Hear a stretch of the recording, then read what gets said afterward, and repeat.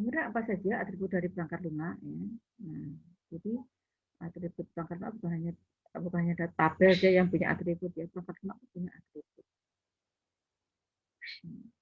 Apa saja perangkat lunak, atribut dari perangkat lunak yang baik ini tentunya harapannya kita membuat perangkat lunak kan mempunyai nilai ekonomi dan berkualitas kan seperti itu ya, berkualitas tinggi ya, efisiensinya ada, efektivitasnya ada di situ ya.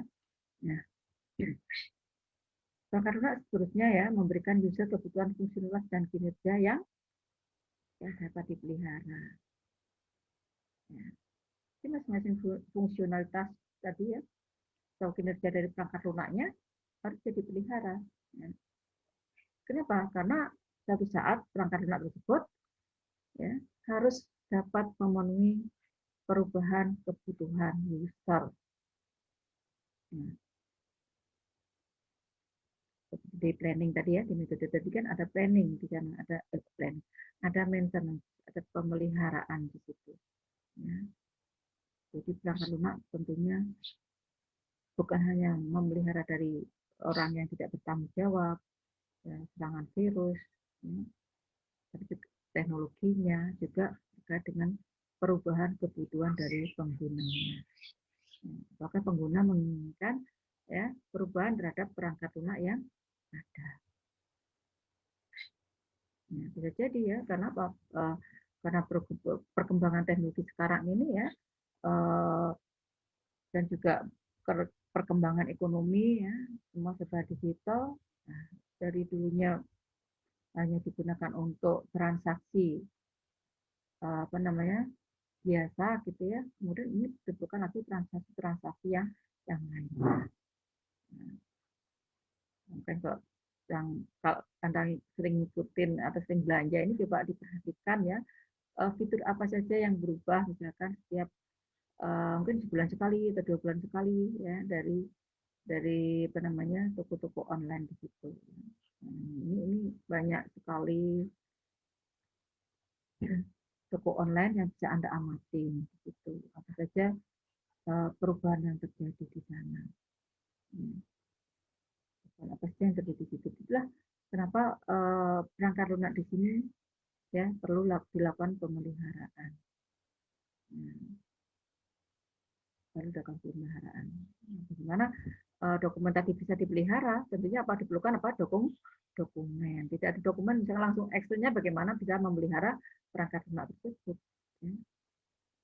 Kan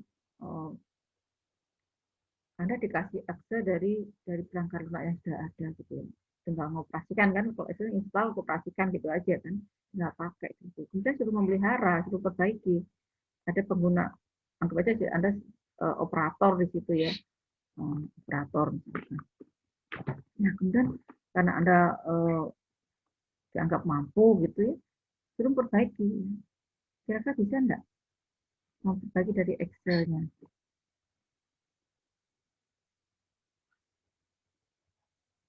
Atau gini, Anda enggak punya dokumennya ya, enggak punya apa namanya, database-nya enggak punya, itu hilang, misalkan kemudian proses-proses yang lainnya hilang, cuman punya perangkat lunak yang sudah Anda compile. Nah, misalkan seperti itu, sudah compile kan, sudah jadi Excel, ya. Nah, kemudian Anda suruh perbaiki. Kira-kira bingung enggak? Atau, oh ya, karena ini kan kita lihat aja dari apa namanya informasi inputan data ya perlu masing-masing tabelnya ini ya, susah ya. Karena penggunaan informasinya kan satu dengan yang lain informasinya berbeda, tabel mana yang digunakan di situ, apakah tabelnya itu merupakan tabel master, apakah tabel yang merupakan manipulasi di situ. Nah, kan tahu ya, atau tabel-tabel yang digunakan sebagai transaksi, nah seperti itu. Nah ini perlu adanya dokumentasi, ya. Misalnya tadi untuk dipelihara, artinya perangkat lunak tersebut bisa dipelihara. Nah, kemudian perangkat lunak tersebut juga bisa diandalkan. Kalau andal tentunya perangkat lunak tersebut bisa dipercaya ya, dan tidak menyebabkan kerusakan fisik maupun ekonomi jika terjadi gangguan atau kegagalan dalam sistem. Ya tidak pengaruh di situ. Tidak akan mempengaruhi apa namanya jalannya perangkat lunak. Ya. Yang lunak bisa diandalkan. Gitu. Kemudian perangkat lunak juga harus efisien. Kenapa efisien di sini? Karena perangkat lunak di sini ya membutuhkan sumber daya sistem.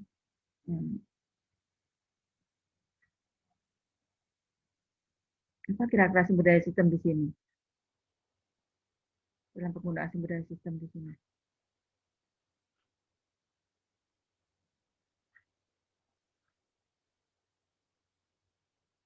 Apa saja kira-kira? Ayo, masih ingatkah? Sumber daya sistem itu apa saja kira-kira? Kan sistem, kalau kita terkait dengan perangkat lunak, berarti ini sumber daya sistem terkait dengan perangkat lunak. Sistem perangkat lunak di sini. Apa kira-kira yang dibutuhkan di situ? Sumber daya sistem di sini. Apa kira-kira? Ada yang bisa jawab?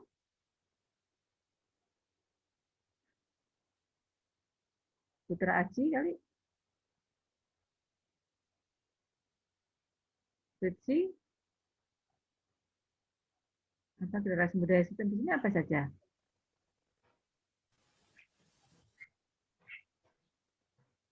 Kurang tahu, Bu. Storage, Bu, ruang. Penyimpanan. Penyimpanan apa ya? Apa mulai dengan sumber daya sistem di mana kira-kira? Data.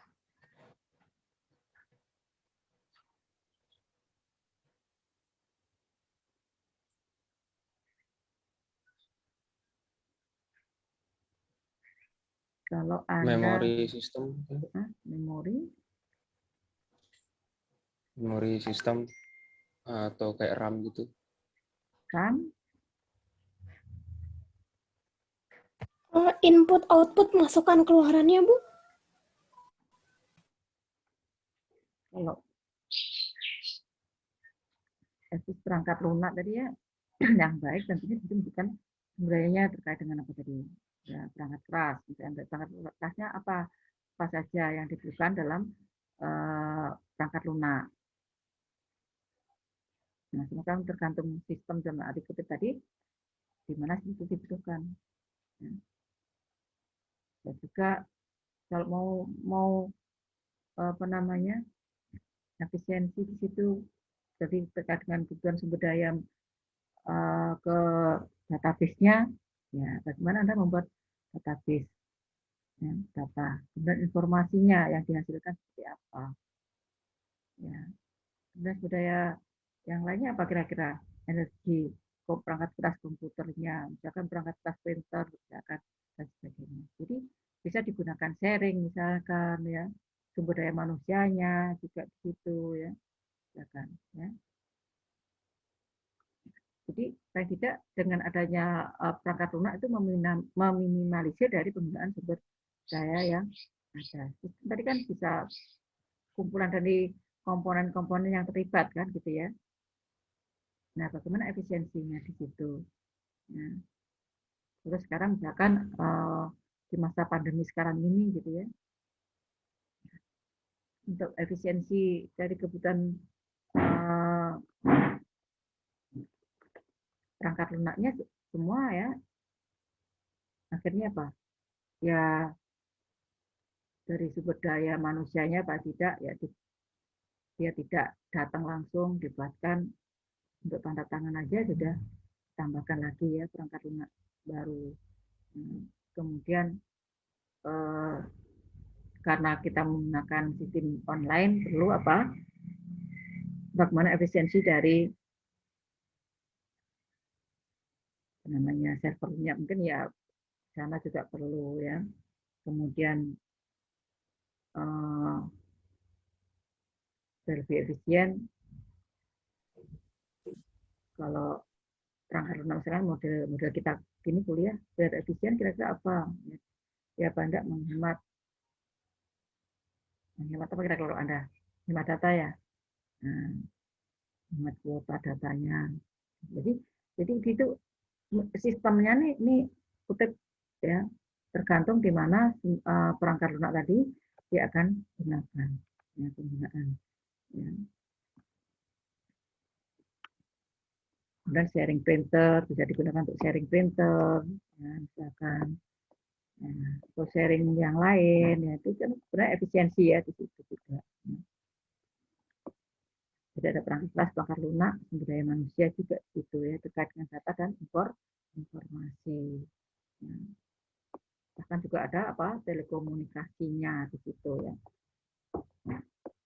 Nah, usability-nya di sini tentunya perangkat lunak harus dapat dipakai sesuai dengan yang direncanakan. Ya, jadi perangkat lunak yang dibangun harus sesuai dengan apa yang sudah direncanakan di awal. Nah, usability-nya di sini ya. Nah, seperti dalam itu tadi ada tahap awal yaitu untuk perencanaan dan estimasi. Nah, itu sudah dibuat dari awal, sudah direncanakan dari awal, ya, sehingga sampai perangkat lunak tersebut apa sudah siap untuk diuji kan gitu ya, sudah diujikan ya.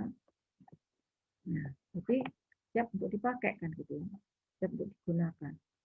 Nah, setiap hasil dari perangkat lunak tersebut sesuai dengan apa yang sudah direncanakan di awal. Nah, gitu. Oke. Nah, kemudian untuk rekayasa perangkat lunak tentunya di sini ada tantangan yang dihadapi. Apa tantangan yang dihadapi? Ada 4 tantangan yang dihadapi di sini. Ya. Jadi tantangan warisan.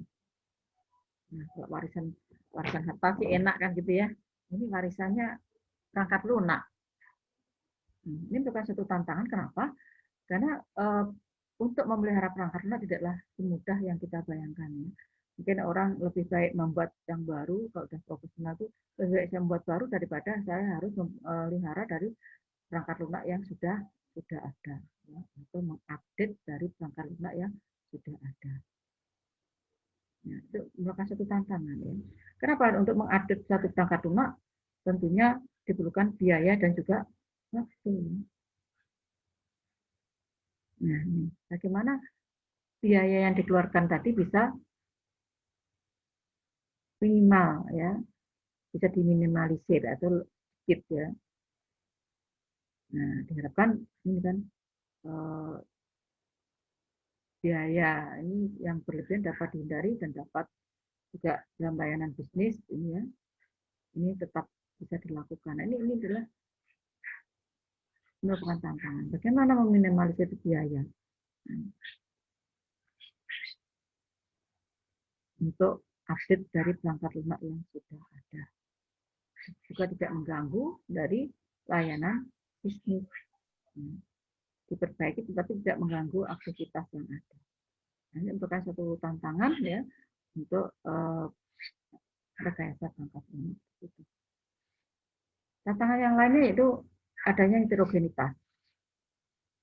Nah, ini adalah bagaimana tantangan teknis dari pengembangan perangkat lunak di sini ya, yang bisa diandalkan dan juga cukup fleksibel ya, untuk menghadapi heterogenitas yang ada. Nah, jadi dari segi sumber daya manusianya saja sudah berbeda-beda. Kemudian perangkat lunak yang diinginkan masing-masing orang juga berbeda-beda, atau pimpinan itu berbeda-beda, yang satu dengan yang lainnya. Nah, ini juga cukup sulit ya untuk membangun satu perangkat lunak yang bisa diandalkan maupun yang fleksibel. Nah, jadi si A minta B, minta informasi yang detail, yang lainnya minta yang biasa saja, yang lainnya lagi minta yang lebih kompleks lagi. Nah, ini yang karena keinginan yang berbeda-beda dari setiap departemen, misalnya seperti itu.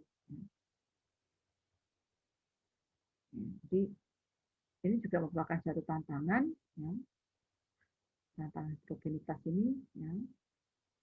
dalam membangun suatu perangkat lunak yang memang betul-betul perangkat lunak tersebut bisa diandalkan dan juga fleksibel. Nah, jadi kalau Anda sudah kerja ya di luar, kemudian Anda sebagai teknisi, itu dianggap teknisi itu semua sudah bisa gitu ya. Itu kan keinginan orang-orang kan di situ ya, pimpinan-pimpinan di situ.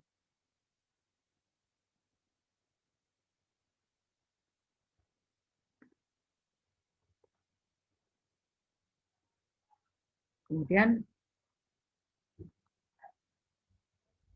tantangan pengiriman. Nah, di sini ya.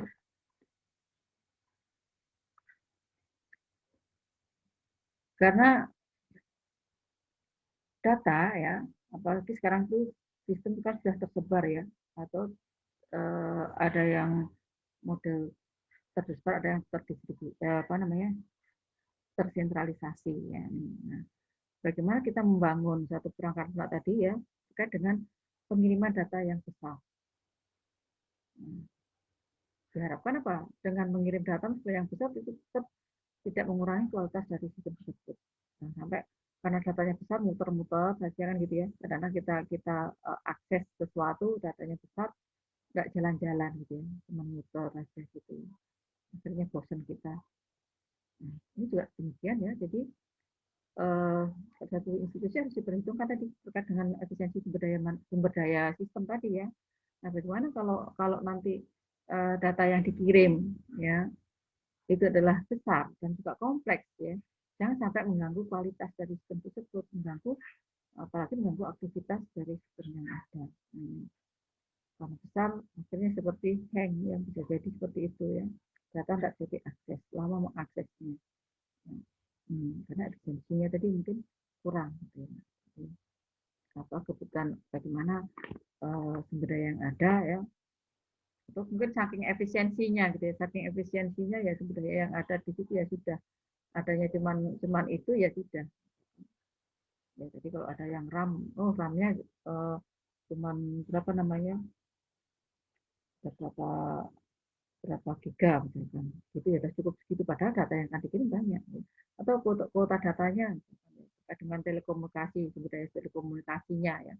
Nah, kalau data dikirimnya besar kemudian akan didistribusikan ke ya kan cabang-cabang yang lainnya bagaimana kan gitu ya, biar segera informasi tadi bisa terkirimkan. Nah, ini itu harus diperhatikan ya.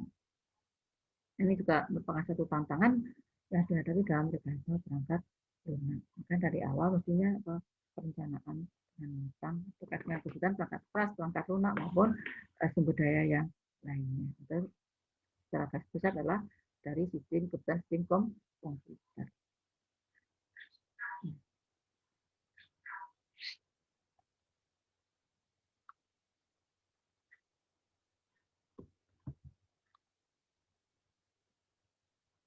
Nah, ini kan juga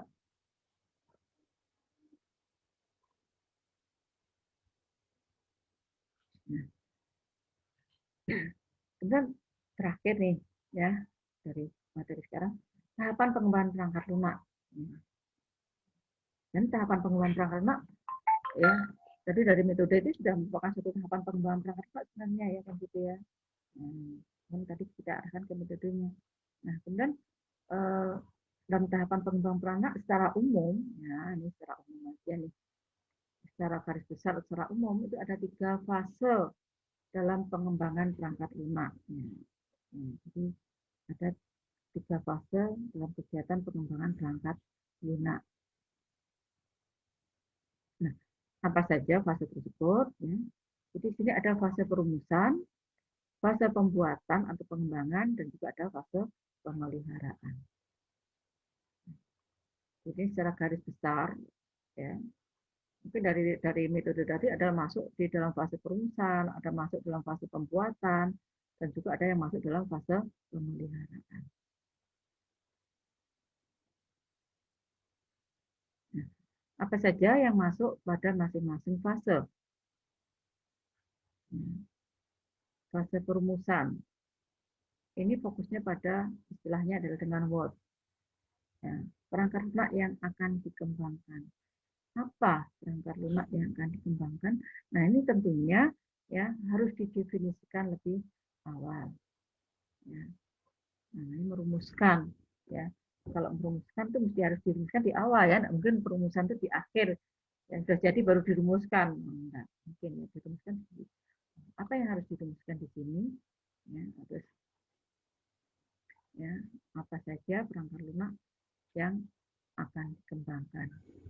Nah, tentunya di sini terkait dengan informasi. Informasi apa saja yang akan diproses. Ini kalau Anda berpikir jadi di perpustakaan kira-kira diperlukan informasi apa saja yang akan diproses nanti. Dan informasi untuk anggota, informasi untuk buku kan, itu proses kan buku ya. Kemudian apalagi peminjaman. Ada lagi informasi itu apa? Dari informasi apa lagi? Dari pengembalian. Apalagi kira-kira? Jadi dapatkan informasi terkait dengan status peminjam itu dari mana saja. Nah, tadi kan ada instansi kan, terus mahasiswanya status anggotanya itu mahasiswa atau umum. Kalau mahasiswa misalkan dari mana saja kan gitu ya, kan bisa didapatkan kan gitu ya. Oh ternyata yang sering pergi ke perpustakaan atau berkunjung ke perpustakaan itu adalah masa dari prodi informatika itu rajin ke perpustakaan gitu. Nah, itu bisa diperoleh informasinya. Jadi sudah dirumuskan dari awal. Nah, fungsi dan kerja apa saja yang dibutuhkan dari proses tadi, ada fungsi apa saja? Oh ada fungsi anggota, nanti dia akan menghasilkan untuk nanti data anggota, tambah data anggota, ubah data anggota, hapus data anggota, dan informasi data anggota. Tingkah laku seperti apa yang diharapkan? Seperti apa tingkah laku dari sistem tersebut? Ini model yang dibuat. Antar muka apa yang akan dibangun? Tingkah laku sistem misalkan begitu. Jadi mahasiswa dikasih kartu gitu ya. Begitu kartunya di scan ya, ada scan barcode-nya atau mungkin QR-nya itu ditampilkan aja sudah menunjukkan identitas dari anggota misalkan. Itu merupakan satu tingkah laku sistem. Jadi kalau Anda membayar itu ya bayar belanja di Hypermart misalkan ya. Nah, Anda membayar pakai apa? Mau pakai OVO atau mau pakai ShopeePay? Itu ada apa kira-kira yang menunjukkan bahwa itu adalah identitas Anda untuk membayar. Kan ada di situ ya. Nah, itu adalah merupakan sistem. Ya. Anda ada orang, jangan Anda nanti. Ada orang misalkan ngambil ngambil sesuatu ya, kemudian dimasukkan di tas sebelum dibayar, ya belum bayar langsung masukkan ke tas, lupa kali ya gitu ya. Nah begitu keluar dari tokonya ya, melangkahkan kaki melewati pintu langsung alarm berbunyi, pertanda apa? Pertanda ada barang yang ilegal keluar. Nah satpam langsung lari, orang tersebut akhirnya pada ditangkap, geledah. Enggak, Pak, enggak. Coba, ini kalau bunyi ini berarti ada sesuatu yang keluar ilegal. Inilah tingkah laku sistemnya. Seperti itu. Ya, antar muka yang akan dibangun interface-nya seperti apa, interface yang akan dibuat. Ya, untuk tambah data, untuk laporan, menghasilkan grafiknya seperti apa, outputnya, misalnya grafiknya berbentuk chat atau gambar, menggunakan suatu bentuk diagram batang dan sebagainya misalnya, atau dalam bentuk tabulasi. Nah ini semua antar muka ya, apa yang akan dibangun. Jadi Anda membuat interface itu ya untuk input, memilih suatu fungsi mana yang akan dilakukan ya, atau fungsi-fungsi mana yang akan dioperasikan dan dipilih di situ. Tentunya di sini juga harus ada batasan desain yang apa yang ada. Setiap desain juga ada batasannya tadi. Ya. Saya dibuat batasannya. Ya. Kemudian dan validasi apa yang butuhkan untuk mendefinisikan bahwa sistem tersebut adalah berhasil atau sukses di situ. Ini apa terkait dengan perangkat lunak yang akan dibuat atau dikembangkan di situ. Nah, apa-apa ini tentunya harus dijawab, ya, didefinisikan, didefinisikan dulu, ya, dirumuskan dulu. Kalau merumuskan, terus semua di apa yang akan dibuat udah dicatat, ya, didefinisikan. Anda mau membuat kue bolu dengan kue cake sama enggak? Cake dengan bolu sama enggak? Meskipun bahannya sama kan prosesnya berbeda kan gitu ya. Ada yang membedakan di situ. Ya. Dan rasanya sama-sama legitnya ya lain gitu ya, bolu dengan cake misalkan, atau bolu dengan apa namanya, apalagi yang hampir sama tetapi beda itu ya.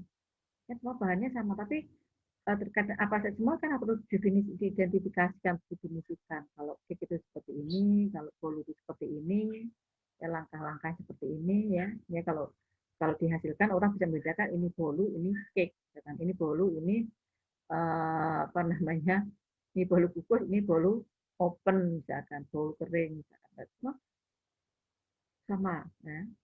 Seperti perangkat lunak juga demikian, harus dirumuskan dari awal apa saja yang dibutuhkan di situ ya, terkait dengan pengembangan perangkat lunak.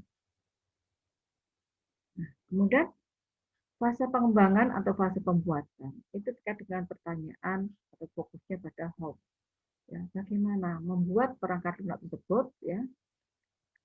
Tentunya yang sudah dirumuskan pada fase perumusan. Tadi ada apa saja yang didefinisikan di sana. Ya. Meskipun fase yang berbeda, tetapi fase satu dengan fase yang lainnya masih ada hubungannya. Ya.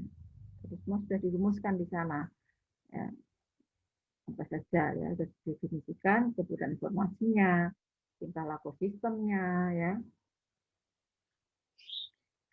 Batasannya semua sudah, dan tinggal dibuatkan ke dalam pengembangan. Nah, ini biasanya tahapan di sini ya sudah merupakan satu tahapan desain di situ ya. Kalau tadi di rumusan itu biasanya perencanaan dan analisis begitu. Kalau di pengembangan itu sudah di desain dan juga pada tahapan pengujian. Tadi dalam metode tadi ya, pengujian mulai dari struktur data sampai pengujian. Ini adalah pada fase pengembangan. Struktur data, bagaimana struktur data itu yang akan dibuat dalam perangkat lunak tadi. Tentunya hubungan dengan apa, informasi data, informasi apa sih yang akan dibutuhkan dalam proses tadi, apa saja ya. Nah, kemudian fungsi-fungsi yang akan diimplementasikan sebagai arsitektur perangkat lunak. Ya, fungsi apa saja yang diperlukan? Ada fungsi untuk apa tadi? Ada fungsi untuk pengujian, pengembalian buku, ada fungsi untuk apa namanya, pendaftaran anggota, ada fungsi untuk menghapus anggota, ada fungsi untuk laporan peminjaman, kemudian ada fungsi untuk apa namanya, jumlah buku atau kategori buku dan sebagainya. Nah, ini semua dibuat ya, bagaimana dirancang ya dari fungsi-fungsi tersebut. Nah, sebagai arsitektur dari perangkat lunak.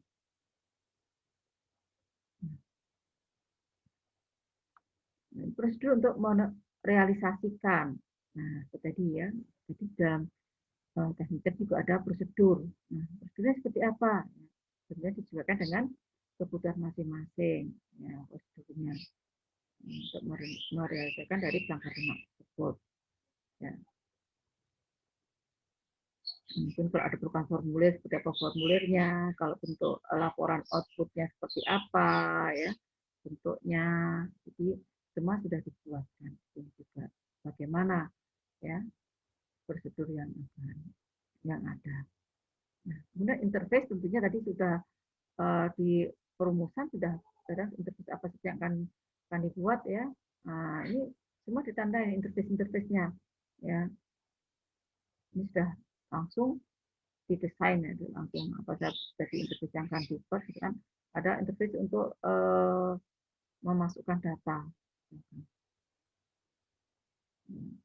Untuk interface di admin ada untuk memasukkan data, atau di user ada interface untuk registrasi, misalkan pendaftaran. Nah, kemudian kalau diklik pendaftaran, apa yang terjadi? Oh, di situ muncul formulir pendaftaran. Nah, ini akan semua ditandai di dalam interface ini bagaimana namanya tadi terkait dengan perangkat lunak yang kan dibuat. Interface-nya sudah kelihatan di sana, semua di sana.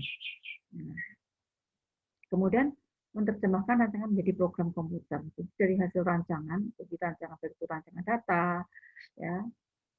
Kemudian ada rancangan terkait dengan interface, ada rancangan terkait dengan proses, ya. Itu semua dibuatkan ya ke dalam program. Kan ada rancangan algoritmanya ya, algoritma programnya sudah dibuat juga di situ ya. Nah, ini bagaimana mengimplementasikan ke dalam program komputer. Nah, kita dibuatkan ke dalam codingnya, dibuatkan dalam program di situ. Ya, semua sudah ada, sudah siapkan. Ya. Karena nanti tugas RPL dengan tugas ProWeb itu satu payung gitu ya. Satu payung cuman dibagi menjadi dua gitu ya. Satunya mungkin apa namanya masih kerangka-kerangkanya ya. Kalau webnya sudah tinggal tekan tombol, payung akan terbuka kan seperti itu ya. Nah, rekayasa di mana? Ya diperlukan apa? Kain untuk menutup, ya, misalkan ada jeruji-jerujinya, ada untuk pegangan dan sebagainya, membentuk satu satuan payung. Nah, di sini bagaimana rekayasa perangkat lunak dan nanti pemrograman web ya, ada Java web ya, menjadi akhirnya menjadi satu kesatuan perangkat lunak di sana. Ya. Jadi perangkat lunak yang memang mempunyai nilai ekonomis dan berkualitas tinggi. Nah, begitu. Ini dibuatkan codingnya. Dari rancangan dibuatkan codingnya, dibuatkan program komputer. Nah, kemudian apa tahapan terakhir dari fase pengembangan yaitu menguji, ya, menguji coba dari perangkat lunak yang dibuat tadi, yang sudah dibuatkan codingnya tadi, yang sudah dikodingkan tadi, atau sudah menjadi suatu program.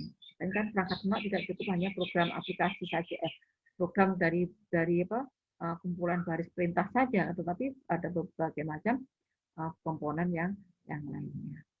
Nah, setelah program dibuat, ya, kemudian diuji apakah sudah sesuai atau belum, ya. Kemudian ada kaitan dengan data yang dibuat tadi, ya. Kemudian setiap interface tadi sudah diuji apakah memang sudah sesuai dengan fungsi masing-masing, ya. Dari fungsi yang sudah yang dibuatkan, kan misalkan.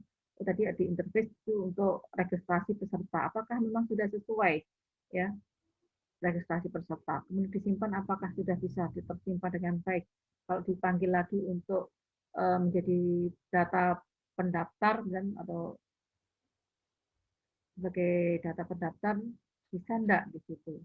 Nah, ini semua diuji kebenarannya. Apakah perangkat lunak tersebut ya, sudah valid, sudah benar sesuai dengan apa yang diinginkan oleh si pelanggan. Nah,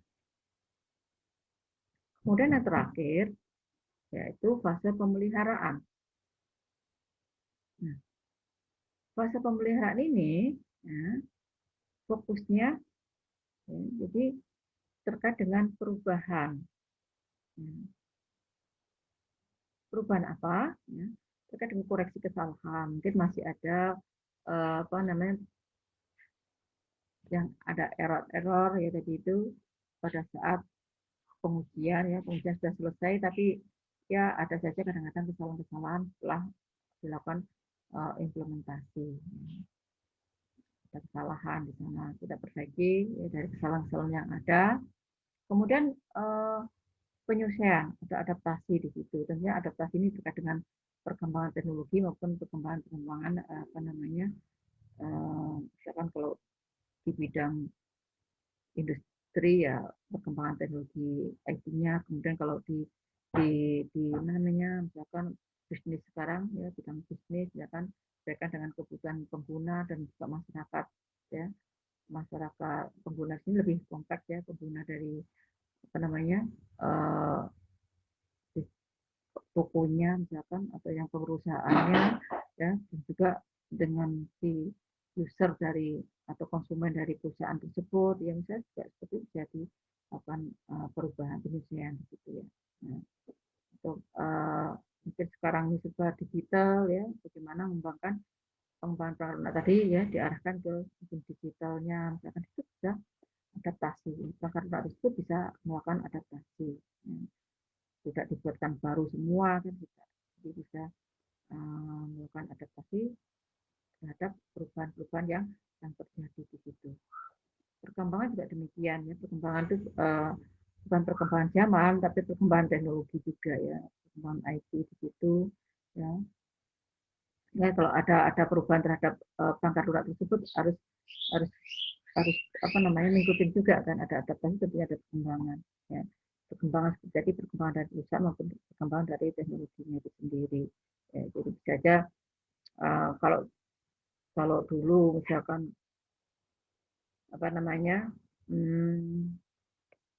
ya cukup dari perangkat keras yang ada ya, servernya itu mungkin satu server sudah cukup untuk semua ya, aplikasi, database dan sebagainya. Ternyata dengan perkembangan kebutuhan yang ada dan juga teknologi ternyata perlu dilakukan pemisahan misalkan ya, dan perkembangan ternyata karena sudah banyak pelanggan menggunakan email dibuatin server sendiri-sendiri untuk pelanggannya, misalkan untuk server datanya, untuk aplikasinya misalkan dibuat sendiri-sendiri ya, terkesan sangat keras maupun nah itu.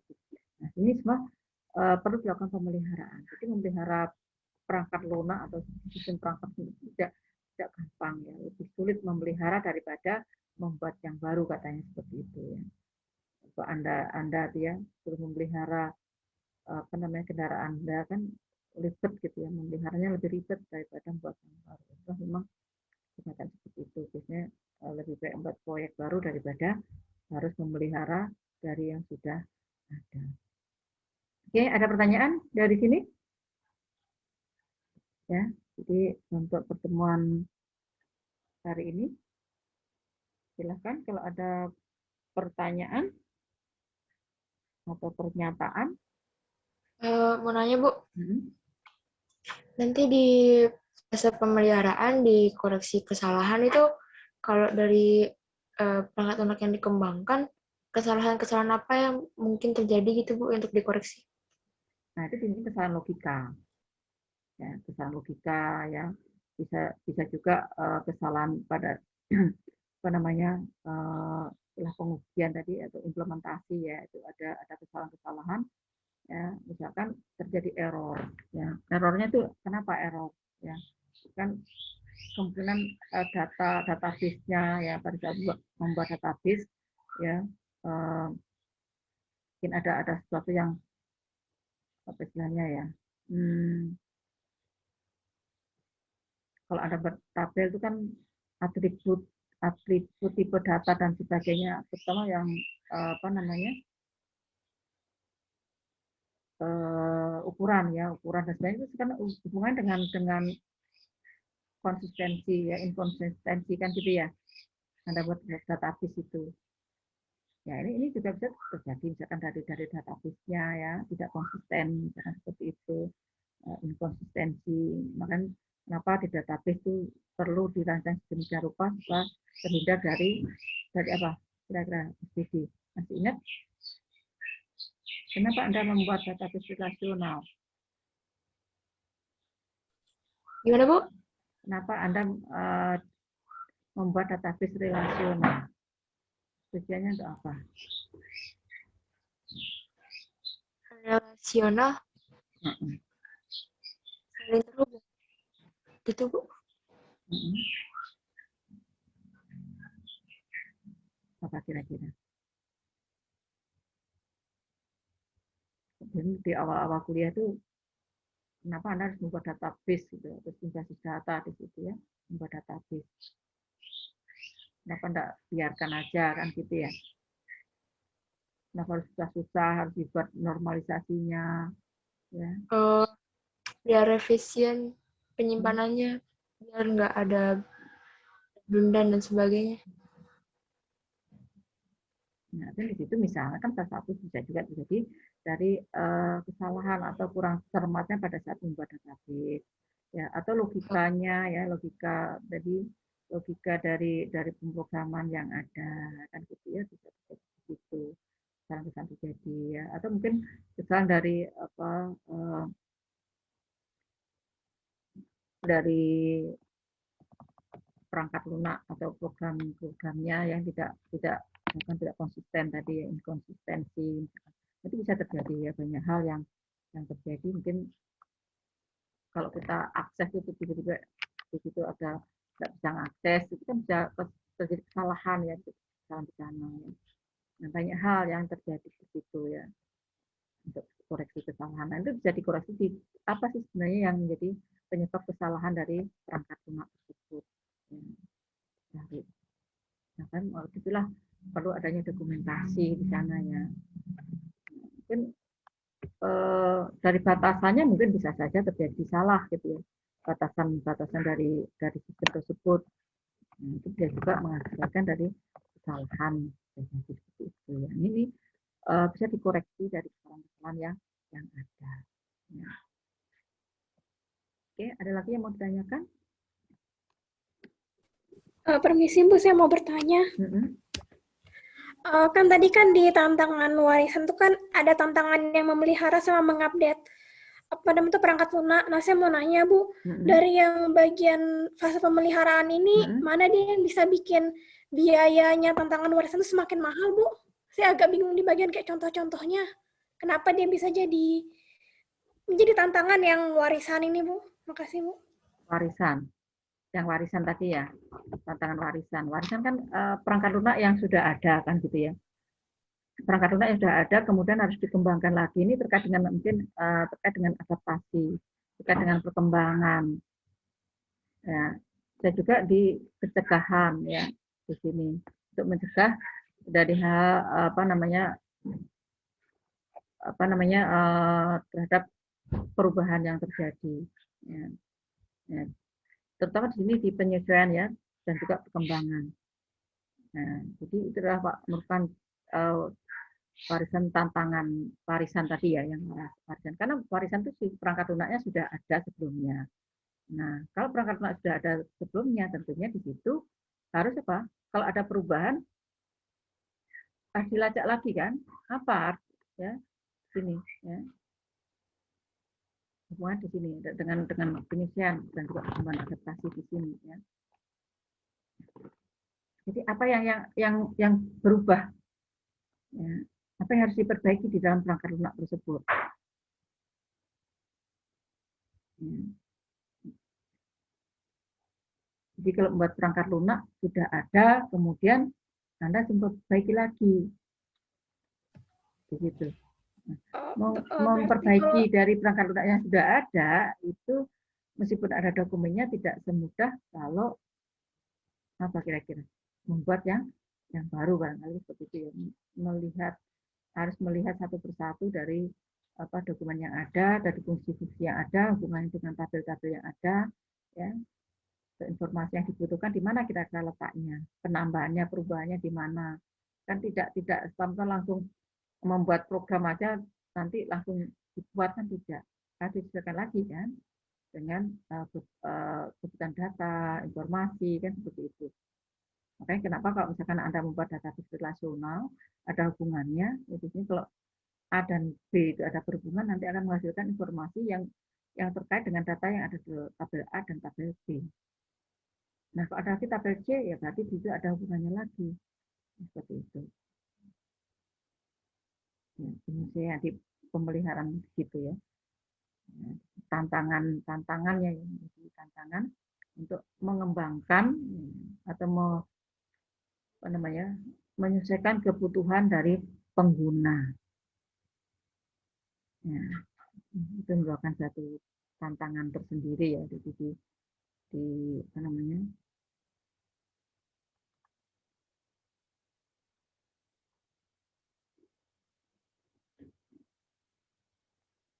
tantangan kunci nih ya, warisan. Ini terkait dengan pemelihara dan mengupdate perangkat lunak. Ya.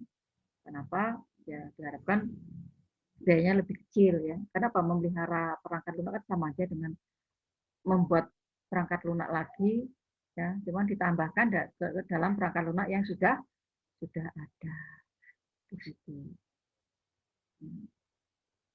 Kemudian harapannya di sini juga pada saat mengerjakan perbaikan atau update di dalam perangkat lunak tersebut, layanan yang sudah ada tidak terus atau tidak berhenti ya, tetap dia bisa dijalankan seperti itu. Ya, kan memang ini bukan juga dengan fase pemeliharaan. Jadi membuat perangkat lunak fokusnya ini terhadap perubahan ya. Nah, perubahan ini tentunya beban terhadap perangkat lunak yang sudah ada, merupakan warisan nih. Ya. Kalau baru kan bukan warisan, karena dibikin yang baru. Ya. Warisan kan sudah ada, kemudian diwariskan kan gitu. Nah, diwariskan kepada siapa? Ya pengembang yang ada yang baru seperti itu. Nah. Oke, ada pertanyaan lagi? Atau mungkin menambahkan? Ada yang menambahkan dari penjelasan Ibu tadi? Nggak ada, Bu. Silahkan, siapa tahu ada yang mau menjelaskan, menambahkan lagi. Dari Anda membaca, ya, membaca artikel, membaca buku, membaca yang lainnya, mungkin ada gitu ya. Silahkan, mungkin kalau ada pertanyaan dari yang lainnya. Ya. Jangan lupa isi daftar hadir, sudah Ibu buka daftar hadirnya, dan juga di kehadiran coba dicek lagi. Sepertinya sudah Ibu buka di Berajah yang kehadiran tadi itu. Silahkan dibuka aja, kemudian di otomatis nanti Anda masuk. Bisa Oh ya Bu, mau nanya Bu, soal kehadiran itu Bu. Yang kehadiran yang minggu lalu sama kehadiran pertemuan pertama sama keduanya itu nggak bisa diakses Bu yang di Berajah, tapi bisa yang di SIA, nggak apa-apa kan Bu? Nggak apa-apa, yang di SIA. Tapi ada coba karena itu di plot waktunya ya, kemarin itu di Berajah lupa saya plot waktunya, artinya begitu ini ada kendala-kendala kemarin, waktunya udah lewat gitu, nggak bisa saya buka, nggak ada yang buka karena nggak bisa. Coba yang sekarang bisa nggak, nanti kalau bisa mungkin settingannya kayaknya saya setting automatically ya gitu, seperti itu kita pakai QR code ya, yang masih yang belum ada Bu, yang di Berajah masih belum ada. Belum ada. Ya, tapi kalau yang di SIA udah ada Bu, yang di Berajah biasanya suka agak telat, jadinya pas kita ngecek lagi kayak malamnya atau mungkin sorean setelah ini itu udah keburu tutup lagi dia Bu. Oh, gitu, jadinya ya? Susah dapetin waktunya karena dia nggak muncul di sininya juga kapan dibukanya. Ada masuk di kehadiran nggak bisa, nggak ada ini. Saya masuk di kehadiran nggak ada dia Bu, kayak apa namanya itu kayak buat ini buat nge-admitnya nggak ada, tapi pas udah lewat baru dia muncul Bu. Oh, gitu, pas udah ya? ditutup baru dia kelihatan, tapi pas dia dibuka nggak ada dia kelihatan Bu. Coba nanti saya cek lagi ya, mungkin waktunya diperpanjang aja ya, biar tidak pas jam kuliah gitu. Oke. Ada lagi yang lain yang mau ditanyakan, silakan. Tapi yang SIA wajib diisi ya, yang SIA itu. Silakan kalau ada yang mau ditanyakan lagi. Kalau tidak ada yang ditanyakan, mungkin Ibu akhiri sampai hari ini ya, pertemuan kali ini. Kita ketemu insya Allah di minggu depan. Ya. Untuk pertemuan tatap muka memang karena waktunya terlalu besar dan ininya besar juga, itu di YouTube mesti harus dipecah-pecah ya, baru bisa masuk terlalu besar nih. Ya, mungkin nanti Ibu coba pecah-pecah dulu baru kita tampilkan di YouTube-nya. Oke, kalau ada pertanyaan kita akhiri sampai di sini. Assalamualaikum warahmatullahi wabarakatuh. Mudah-mudahan semua dalam keadaan sehat dari sekarang sampai ke depannya. Selalu cegah ya jaga protokol kesehatan ya. Mudah-mudahan kita semua terhindar dari pandemi yang melanda sekarang ini. Assalamualaikum warahmatullahi wabarakatuh dan selamat sore. Waalaikumsalam. Selamat sore. Waalaikumsalam warahmatullahi Waalaikumsalam wabarakatuh. warahmatullahi